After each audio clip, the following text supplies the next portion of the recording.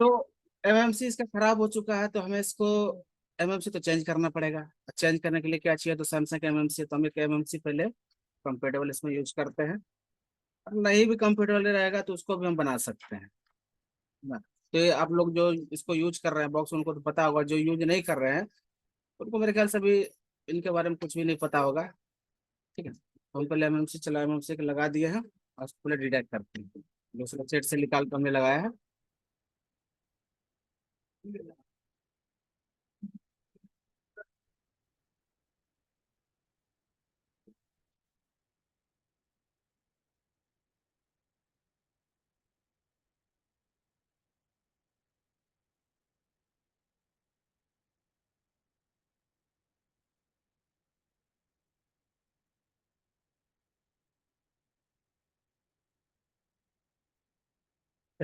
तो देखिए, ये किसी और सेट का एमएमसी है।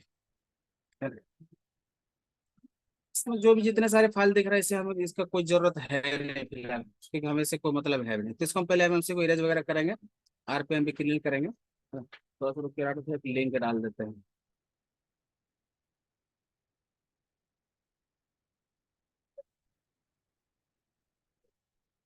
ठीक है, तो ये एमएमसी डिटेक्ट हो गया, सारे इन्फॉर्मेशन इसमें दिख रहा है।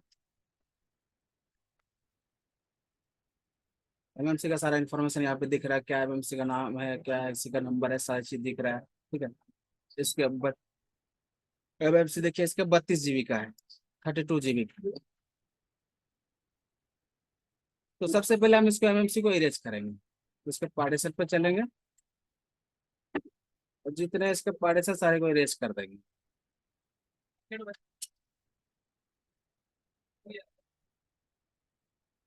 तो देखिए, कोई भी मीडियाटेक सेट का अगर हम काम करते हैं, एमएमसी चेंज करते हैं, फिर रिप्रोग्रामिंग करते हैं, तो उसके लिए क्या होता है, डंप का जरूरी होता है ना।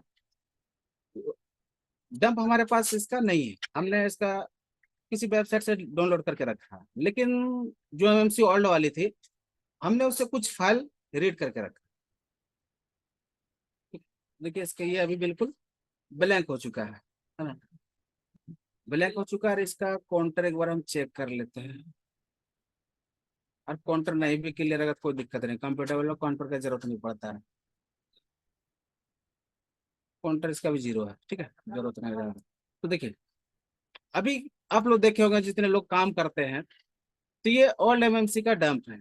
यानी डंप समझ लीजिए कि इसका डंप कुछ भी है नहीं, कुछ एक जीप मैंने प्राइमरी जीपीटी रीड करके रखा है, और कुछ सिक्योरिटी फाइल मैंने रीड करके रखा है। तो हमें किसी डंप को जरूरत नहीं, हम इसी से डंप को क्रिएट करेंगे, यानी इसी फाइल से हम डंप को, यानी सेट का एमएमसी के अंदर पार्टीशन हम क्रिएट करेंगे। करना कैसे है वो देखते हैं। ठीक है, ठीक है, ऑलरेडी हमने डंप डाउनलोड करके रखा है ना। ये यूएफआई का डंप है, लेकिन हम इसको राइट नहीं करेंगे। तो हम क्या करेंगे, तो ओल्ड एमएमसी से जो हमने जी प्राइमरी जीपीटी ले रखा है, हम सिर्फ उसी को राइट करेंगे।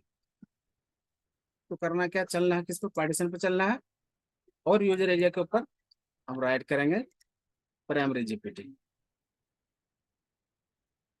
अब देखिए, ये बिल्कुल ब्लैंक है, इसके अंदर कुछ भी नहीं है, कुछ नहीं है, बिल्कुल ब्लैंक है। यूजर एरिया बूट 1 बूट 2 है, और बाकी इसके अंदर कोई एक्स्ट्रा पार्टीशन नहीं है। इसको पहले पार्टीशन क्रिएट करना है। तो पार्टीशन कैसे क्रिएट करते हैं वो पहले हम देखते हैं। ठीक है, ओल्ड डंप है, यानी पुराने एमएमसी वाले ये डंप है। ठीक है, तो हम सिर्फ प्राइमरी जीपीटी को लेंगे। ठीक, और सिंपल इसको हम क्या करेंगे, राइट करेंगे। अब देखिए, इसमें बिल्कुल ये ब्लैंक है, हम इसको राइट करने के बाद फिर देखते हैं क्या होता है, कि पार्टीशन हमारा बनता है या नहीं बनता है। देखिए, ये राइट हो गया। ठीक है, अब इसका साइज भी देखिएगा, अभी देखिए इसमें कुछ नहीं है, और उसके बाद ये देखिए डन हो चुका, राइट हो गया। ठीक, अब इसका साइज भी दिखाते हैं पहले, इसका साइज क्या है। देखिए, यानी 17 KB का इसका साइज है।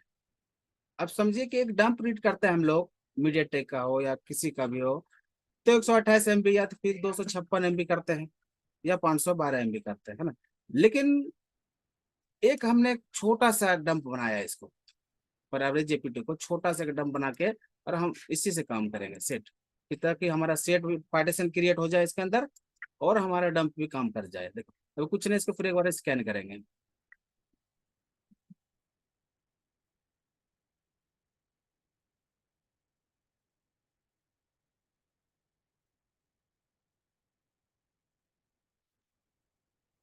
अभी ये स्कैन हो रहा है।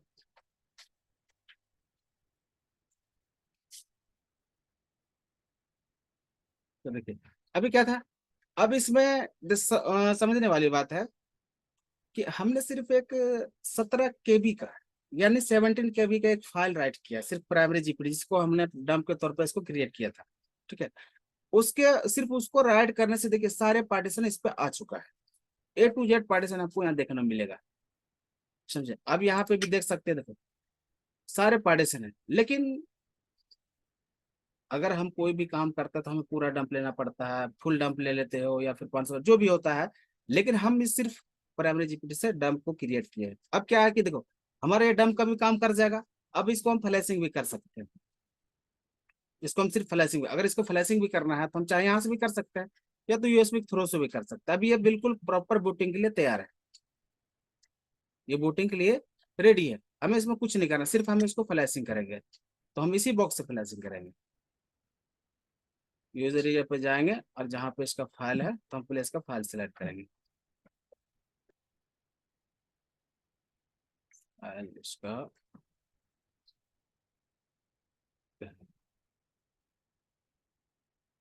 इस बॉक्स में बहुत सारे खासियत भी है। देखिए अब क्या है कि देखिए सारे फाइल सेलेक्ट हो गया है। दिख रहा है कितने फाइल इसके अंदर लोड हुआ है, 24 फाइल, है ना। अब इसको फ्लैशिंग करें, देखो ऐसे तो सेट ऑन होगा नहीं, जब तक हम यूएसबी से नहीं फ्लैशिंग करेंगे या इसके अंदर फाइल नहीं जाएगा तब तक सेट ऑन होगा, है ना। तो अभी हम इसमें सारे इन्फॉर्मेशन देखेंगे।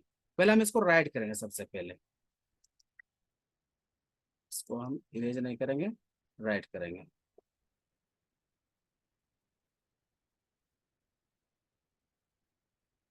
अब इसको हम देखो चाहे तो हम इसको यूएसबी से फ्लैशिंग कर सकते हैं, लेकिन हम यही से करेंगे। उसके बाद सारे इन्फॉर्मेशन इसका देखेंगे, एंड्रॉइड का पार्टीशन इसमें आता है या नहीं आता, वो सारी चीज हम देखेंगे। ठीक, बॉक्स का स्पीड भी अच्छा खासा है। अगर ये मैं किसी और बॉक्स से करता तो फिर मैं यहाँ से राइट इसको फ्लैशिंग नहीं करता, क्योंकि वो अदर बॉक्स में बहुत सारे टाइम लग जाता है। लेकिन इस बॉक्स में स्पीड बहुत, यानी काफी स्पीड है।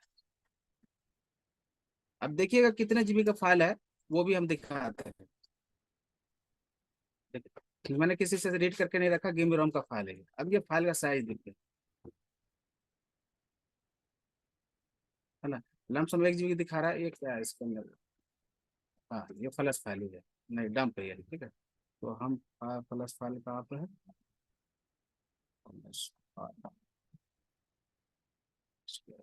डंप था, फ्लश फाइल जस्ट उसके नीचे।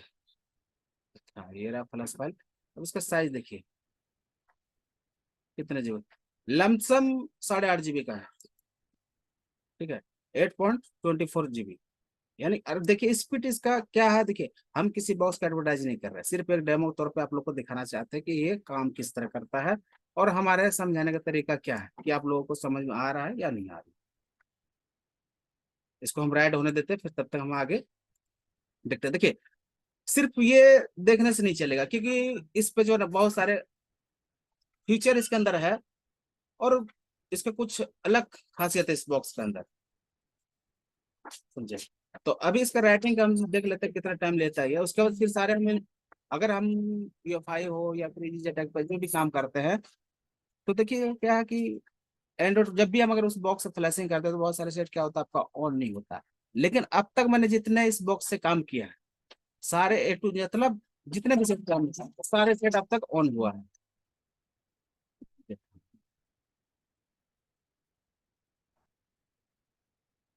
ठीक है, अगर क्या होता है कि अगर आप कंप्यूटर वाले में हमसे नहीं मिले तो हम उसको भी क्रिएट करके बना सकते हैं, कि कंप्यूटेबल कैसे बनाना है। अगर नहीं मिलता है तो हम उसको भी बना सकते हैं, लेकिन तरीका अलग है। अगर हम उसको तो काफी लंबा समय लग जाता है। तो फिलहाल हम इसको देख लेते हैं कितना समय लगता है इसको, क्योंकि एमएमसी हमने चेंज किया है इसको।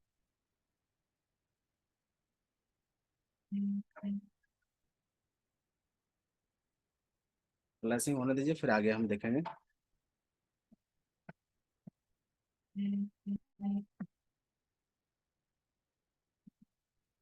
देखिए अभी भी एक चीज देखिएगा, अगर इस बॉक्स का अभी भी कहीं भी आप क्लास भी लीजिएगा ना तो अच्छा खासा लोग चार्ज कर रहे हैं, लेकिन हमारे पास ऐसा सिस्टम नहीं है। हो रहा अच्छे खासे स्पीड में हो रहा है ये।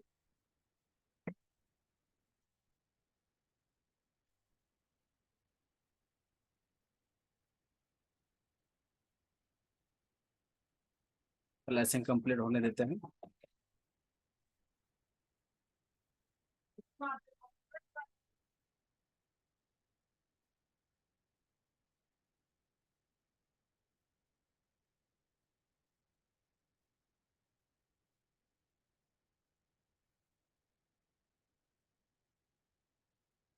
ठीक है, इस बॉक्स में खासियत क्या है कि देखो, जितने सारे फाइल है, कोई से भी सीपीयू हो, हम इससे फ्लैशिंग कर सकते हैं। लेकिन अदर बॉक्स में वो चीज नहीं मिलता, चाहे यूएफएस हो या एमएमसी हो, हम इसमें सारे काम कर सकते हैं उनको।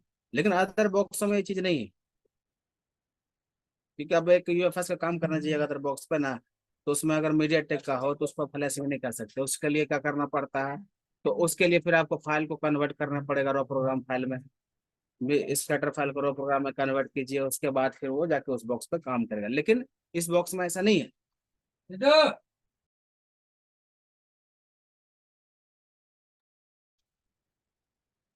लगता है ज्यादा समय नहीं लगेगा, बहुत जल्दी राइट हो जाएगा।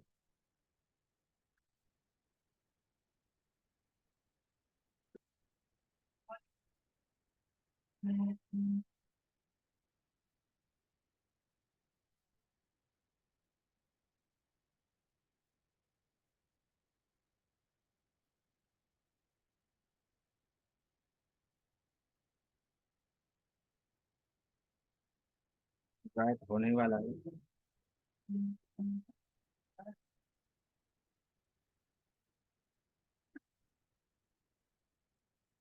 हम चाहते थे तो हम यूएसबी से फ्लैशिंग करके दिखा देते हैं, लेकिन क्या है कि देखो, अभी मार्केट में न्यू बॉक्स है, हर किसी को इसके बारे में उतना नहीं पता है कि काम होता है या नहीं होता है, क्या है। आखिर लेने बाद आदमी को समझ में आए या ना समझ में आए, वो भी एक प्रॉब्लम है। तो इसीलिए हमने सोचा कि चलो इसको एक फ्री का ट्रायल क्लास दे देते हैं। हालांकि आपने बहुत सारे वीडियो देखा होगा, लेकिन हर चीज उसमें बारीकी से नहीं दिया गया है। अब इसमें आरपीएम भी कैसे क्लीन करना है, आरपीएम भी काउंटर कैसे राइट करना है, आरपीएम भी काउंटर को जनरेट कैसे करना है, वो सारी चीज इसमें है। लेकिन उसके लिए क्या होता है, जानकारी होना चाहिए।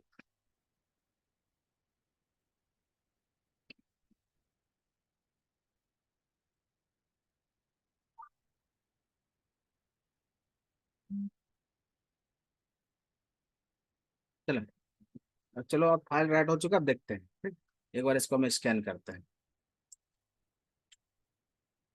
अब क्या है कि हमने अब इस पे इसलिए फ्लैशिंग कर लिया कि दोबारा हमें फ्लैशिंग करने की जरूरत नहीं पड़ेगी, क्योंकि हम बहुत सारे सेटों पे काम कर चुके हैं और अच्छा खासा काम भी कर रहे हैं।